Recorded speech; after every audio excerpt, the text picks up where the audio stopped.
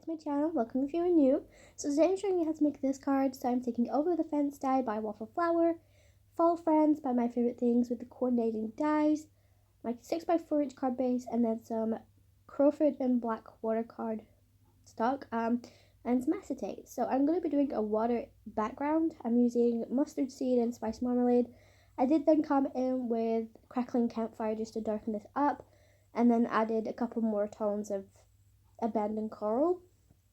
So I wanted to do this card and then let the watercoloring itself just dry naturally. So what I did is I filmed this bit for you guys and then left it to sit overnight. So I don't normally do that. I'm normally very impatient, so when I think of a card to make that day, I will make it. But like I said, in this case, I wanted to do some watercoloring. So this is how it was before I let it dry. And then I come back in the morning and this is what it looked like. So I'm going to use my paper trimmer to cut this. Now, I didn't really think about it, but the cardstock is quite, I don't know what it is, how to explain it. It's like string. You'll see in a minute when I cut through this, like it becomes like a bit of an issue. Like I just don't understand like why it like has little pieces of thread. So I might have been better using a proper sliced guillotine or maybe my scissors, but overall, it didn't really cause too much of an issue once I figured out, like, you know, I need to cut just a bit more before I cut off the actual thing. So I have my card on my mantelpiece now, and it's amongst 3 other fall cards that I've done. And quite frankly, it's probably my second favorite out of the 4 that I have. But I have noticed this year I have used my fall friends from My Favorite Things a lot more than I did before. You know, I think what it is last year when I first bought it, I just didn't have a clue what to do.